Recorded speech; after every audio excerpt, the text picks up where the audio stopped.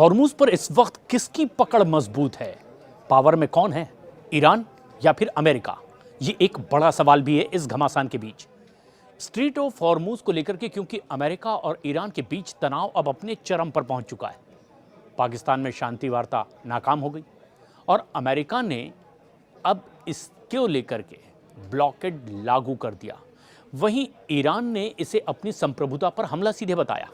समुद्र में ईरानी जहाज़ों तक को भी अब रोका जा रहा है और तेल बाजार में अस्थिरता अब एक के बाद एक बढ़ती चली जा रही है। दुनिया की नज़र अब इसी बात पर है कि इस टकराव का में अब अगला कदम क्या देखने को मिलेगा। और सबसे बड़ा सवाल ये कि इस वक्त जो ताज़ा स्थिति बनी हुई है उसमें हॉर्मुज पर आखिर किसका राज है, कौन ज़्यादा पावर में है, किसका कब्जा ज़्यादा मजबूत दिखाई दे रहा है। ईरान और अमेरिका के बीच लगभग 40 दिनों तक भीषण युद्ध चला और इसके बाद सीज फायर का ऐलान किया गया। बातचीत का भी दौर चला। पाकिस्तान में शांति वार्ता बुलाई गई। पाकिस्तान मध्यस्थ की भूमिका में था, लेकिन ये बातचीत पूरी तरह से बेनतीजा रही और सबसे बड़ा कारण उसका यही हॉर्मुज रहा कि आखिर इस पर किसका दबदबा रहेगा।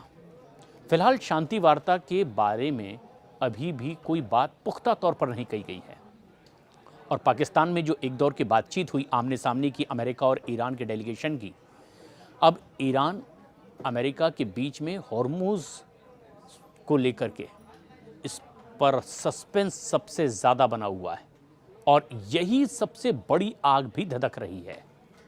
अमेरिका और ईरान आमने सामने खड़े हैं इस मुद्दे पर, एक दूसरे पर हमले के लिए तैयार हैं फिर एक बार। लेकिन तेल का ये सबसे खास रास्ता इस वक्त किसके हाथ में है? क्या लड़ाई इसी की है? सवाल हर किसी को परेशान कर रहा है। दोनों देश अपने अपने दावों पर अपनी जिद के साथ अड़े हुए हैं, लेकिन इन दावों में कितना दम है और किसका दावा ज़्यादा मजबूत है, पूरी दुनिया आज यही बात समझना भी चाहती है। अमेरिकी राष्ट्रपति डोनाल्ड ट्रंप की सख्ती एक तरफ साफ देखी जा रही है और इसी की वजह से पूरा माहौल गरमाया हुआ है। ईरान भी पीछे हटने को कतई तैयार नहीं है। कई देशों की अर्थव्यवस्था आज इसी रास्ते पर टिकी हुई है और इसलिए पूरी दुनिया की निगाह है स्ट्रेट ऑफ हॉर्मुज पर। दुनिया की आधी से ज्यादा तेल सप्लाई इसी रास्ते से है और एक छोटी सी गलती से ग्लोबल इकोनॉमी पूरी तरह से हिल सकती है।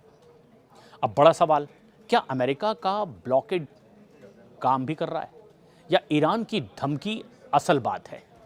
सस्पेंस हर घंटे बढ़ता ही चला जा रहा है। दोनों तरफ से बयान आ रहे हैं, अपने अपने दावे आ रहे हैं, लेकिन दोनों ही बयान युद्ध को खत्म करने की तरफ इशारा नहीं करते, बल्कि अगला बड़ा अटैक उनकी तरफ से होगा, ये संकेत दोनों ओर से मिल रहे हैं। ऐसे में आखिर सवाल ये है कि हकीकत क्या है, चल क्या रहा है? दरअसल अभी एक दिन पहले ईरानी जहाज को अमेरिका ने हॉर्मुज से वापस लौटा दिया। जैसे ही जहाज वापस लौटाया गया, ये तनाव और ज्यादा बढ़ गया। सीज फायर के बावजूद हालात अभी भी नॉर्मल नहीं है। पाकिस्तान में जो बातचीत हुई, किसी ठोस नतीजे पर यह बिल्कुल नहीं पहुंची। एक तरीके से ये नाकाम बातचीत ही रही। हालात और ज्यादा तनावपूर्ण हैं क्योंकि दावे बहुत खतरनाक दोनों ओर से, और ये टकराव सिर्फ दो देशों का अब नहीं रह गया है, इसका असर अब पूरी दुनिया की अर्थव्यवस्था पर दिखाई देने लगा है। तेल बाजार में हलचल अब और ज़्यादा तेज़ है, आशंकाएं बहुत ज़्यादा है, मार्केट इस पर अब फ्लक्चुएट कर रहा है। शिपिंग कंपनियां भी अब बहुत सतर्क हो गई है क्योंकि हर देश चाहता है कि ये अहम रास्ता स्ट्रेट ऑफ हॉर्मुज का किसी सूरत में बस खुला रहे। लेकिन ज़मीन और समंदर पर चल रही रणनीतिक चालें इस रास्ते को सबसे बड़ा फ्लैश पॉइंट इस वक्त बनाए हुए हैं। ऐसे में ट्रंप और ईरान के ताज़ा बयानों ने इस पूरे माहौल को फिर एक बार गरमा दिया है। पाकिस्तान में लंबी शांति बातचीत हुई है, दावे दोनों तरफ से किए गए, लेकिन ये बातचीत बेनतीजा रही और ट्रंप ने तुरंत इसके बाद ही ब्लॉकेड का ऐलान कर दिया था। लेकिन उन्होंने साथ ही ये भी साफ कर दिया कि अमेरिका ने ईरानी बंदरगाहों को अब पूरी तरह से घेर लिया है और हॉर्मुज के आसपास किसी भी संदिग्ध गतिविधि को अब अमेरिका बर्दाश्त नहीं करेगा। दूसरी ओर ईरान ने बड़ा दावा किया। ईरान ने इस कदम को अपनी संप्रभुता पर सीधे हमला करार दिया और इसका कड़ा जवाब देने की अब चेतावनी ईरान ने दे दी है। सेंटकॉम के मुताबिक ये ब्लॉकेड दरअसल मंडे से लागू है और पूरी तरह से प्रभावी तरीके से ये काम भी कर रहा है। यहाँ तक कि सोमवार को लागू हुए इस ब्लॉकेड के बाद एक दिन पहले गुरुवार को ही ईरानी जहाज तक को भी वापस कर दिया गया था। उधर रॉयटर्स की रिपोर्ट के मुताबिक ईरान ने ओमान की ओर से जहाज़ों को निकालने का प्रस्ताव भी दिया है, लेकिन अमेरिका ने तो इसे सिरे से खारिज कर दिया। अब ट्रंप ने फॉक्स बिजनेस से बातचीत की और ये कहा कि अमेरिकी नौसेना हर चुनौती का सामना करने के लिए पूरी तरह से तैयार है, किसी भी खतरे को तुरंत खत्म भी करने के लिए वो पूरी तरह तैयार है। तो उधर ईरान के राष्ट्रपति मसूद पजेश्कियन ने एक खास मीडिया हाउस को बयान दिया, कहा कि कोई भी दुश्मन ईरान पर अपनी शर्तें नहीं थोप सकता और हर कोशिश उसकी ऐसा करने की नाकाम साबित होगी। दोनों देशों ने इस तरह का सख्त रुख अख्तियार किया है, कड़े बयान दे रहे हैं और इसका असर अब वैश्विक बाजार में पड़ने लगा है। तेल की कीमतों में धीरे धीरे उछाल अब तेज होने लगा, बाजार में अस्थिरता बढ़ती जा रही है। उधर ट्रंप ने रॉयटर्स को एक और बयान दे दिया और उसमें दावा किया ब्लॉकेड पूरी तरह लागू है और ईरान अब नॉर्मल व्यापार बिल्कुल नहीं कर पाएगा। इस बीच एक और बात सामने आई। सेंटकॉम ने 16 अप्रैल को एक अहम अपडेट भी दिया और यह बताया कि एक ईरानी झंडे वाला कार्गो जहाज जो बंदर अब्बास से निकला था, उसने अमेरिकी ब्लॉकेड को तोड़ने की कोशिश की थी। यूएसएस स्प्रॉन्स डिस्ट्रॉयर ने उसे कामयाबी के साथ में रोक करके वापस मोड़ दिया है। यह एक बड़ा दावा था सेंटकॉम की ओर से, क्योंकि सेंटकॉम के मुताबिक अब तक के 10 जहाज़ों को वापस भेजा जा चुका है और एक भी जहाज़ ब्लॉकेड को पार नहीं कर पाया है। ईरान ने इसे खुली दुश्मनी करार दिया। हालांकि उसने अभी तक के कोई सीधा सैन्य कदम नहीं उठाया है, लेकिन धमकी ईरान की ओर से जरूर दी जा रही है और यही वजह है कि इसी स्ट्रेट ऑफ हॉर्मुज को लेकर के तनाव अब बहुत गंभीर स्तर पर पहुंच गया है और महज 21 किलोमीटर चौड़ा ये रास्ता है, लेकिन दुनिया के करीब 20% तेल की सप्लाई इसी रास्ते से होकर गुजरती है और इसलिए सिर्फ दो देशों की नहीं, पूरी दुनिया के लिए चिंता का विषय है। ईरान इसकी भौगोलिक पकड़ पर अपना दावा करता है। दूसरी तरफ अमेरिका अपनी नौसेना के जरिए फ्रीडम ऑफ नेविगेशन लागू करने की भी बात कर रहा है। फिलहाल ब्लॉकेड के चलते संतुलन अमेरिका के पक्ष में झुकता दिखाई दे रहा है, जो अब तक की तस्वीर सामने आई है, लेकिन हालात अब भी बहुत ज्यादा नाजुक हैं और किसी भी वक्त ये हालात करवट बदल सकते हैं।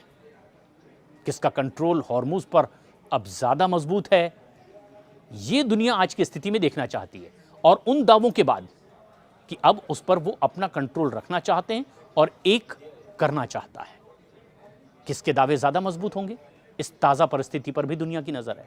फिलहाल स्थिति पूरी तरह से एक देश के ही पक्ष में है, लेकिन ऑपरेशनल स्तर पर देखें तो अमेरिका का कंट्रोल ज्यादा मजबूत नजर आ रहा है और इसका कारण उसकी भारी नौसैनिक ताकत है, लगातार निगरानी और हाल ही में लागू किया गया ये ब्लॉकेड।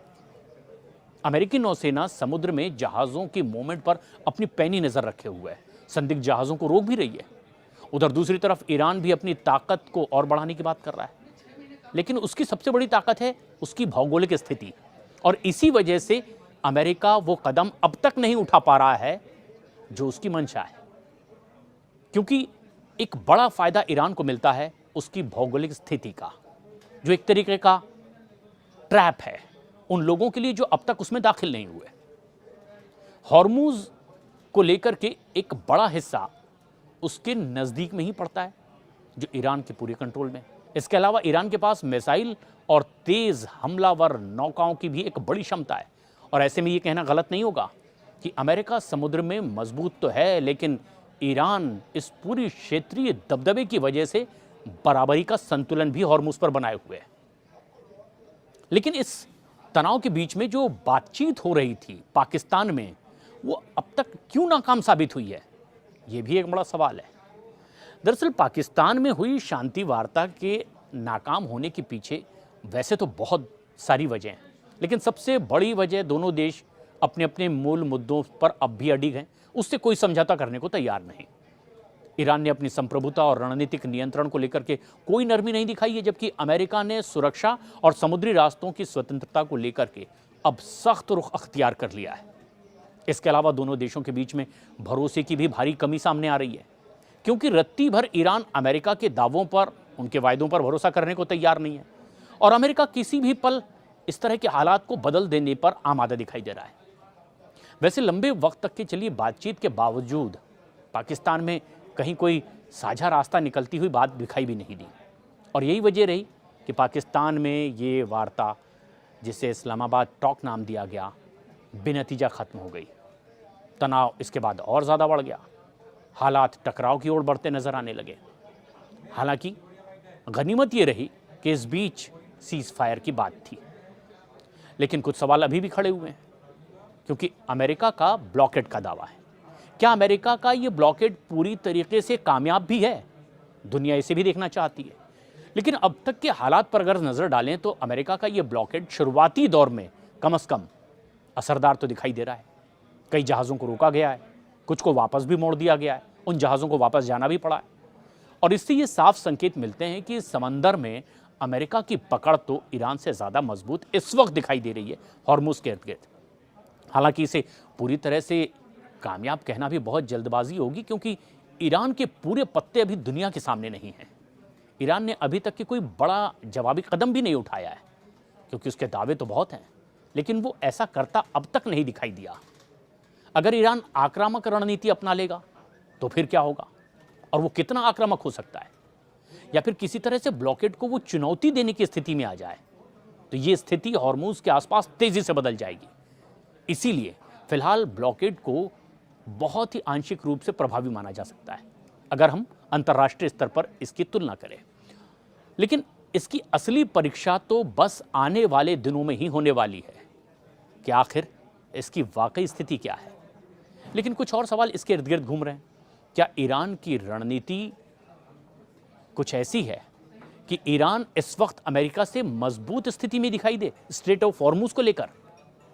ईरान इस पूरे मामले में सीधे टकराव से इस वक्त बचता हुआ नजर आ रहा है और उसकी है दबाव की रणनीति और इसी पर लगातार काम भी कर रहा है क्योंकि वो जानता है कि अमेरिका से सीधी सीधी सैन्य टक्कर उसे बहुत भारी पड़ सकती है और अमेरिका इसी की बाट जोड़ रहा है।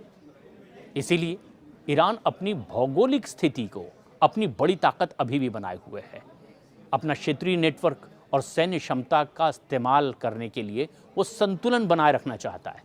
ईरान के पास वैसे तेज़ रफ्तार नौकाएं भी है, एंटीशिप मिसाइलें भी हैं। खाड़ी क्षेत्र में वो इसे एक मजबूत पकड़ भी देती है जो इसे एक बहुत बड़ा खिलाड़ी भी इस जंग में बनाए हुए है। इसके अलावा वो इंटरनेशनल लेवल पर भी इस मुद्दे को संप्रभुता और अधिकार के रूप में लगातार पेश कर रहा है और इसके पक्ष में समर्थन जुटाने की कोशिश भी कर रहा है। यानी कि उसकी रणनीति सीधे तौर पर युद्ध की बजाय अंतर्राष्ट्रीय स्तर पर अमेरिका पर, इजराइल पर दबाव बनाने की और इसके जरिए संतुलन बनाने की है। अब ऐसे में जो दोनों ओर से रणनीति है, आगे क्या हो सकता है? क्या तनाव और बढ़ेगा या खत्म होने का कोई रास्ता दिखाई भी दे रहा है? पूरी दुनिया के लिए यह सबसे बड़ा सवाल है। ताज़ा स्थिति देखें तो आने वाले दिनों में स्थिति बेहद संवेदनशील बनी हुई है। बहुत सेंसिटिव है ये मसला। अगर एक कदम भी किसी एक पक्ष से उठा लिया गया तो मामला कई गुना ज्यादा विस्फोटक हो सकता है और कई संभावनाएं इसकी खुली हुई हैं। अगर अमेरिका और ईरान के बीच में दोबारा बातचीत शुरू होती है तो तनाव कुछ हद तक के कम हो सकता है, लेकिन अगर दोनों देशों के बीच आमने सामने का रुख, टकराव का रुख एक बार तेजी से सामने आया तो समंदर में ये टकराव बहुत तेज होगा और हालात पूरी दुनिया के लिए बहुत गंभीर हो जाएंगे और इसका असर सीधे तेल की कीमतों पर पड़ेगा, शिपिंग पर, वैश्विक अर्थव्यवस्था पर पड़ेगा। पूरी दुनिया इससे हिल जाएगी। यानी अभी दोनों के दावे मजबूत हैं। समंदर में जहां अभी अमेरिका ज़्यादा मजबूत है, वहीं स्ट्रेटजिकली अपनी भौगोलिक स्थिति को लेकर के ईरान ने क्योंकि अपने पत्ते नहीं खोले हैं, उसका ट्रैप भी एक अंधा जाल दिखाई दे रहा है। बस दुनिया भर में अब इस बात की कामना की जा रही है कि किसी सूरत में इसका कोई एक स्थायी समाधान निकल जाए और दुनिया पर आया एक बहुत बड़ा खतरा आगे के लिए टल जाए।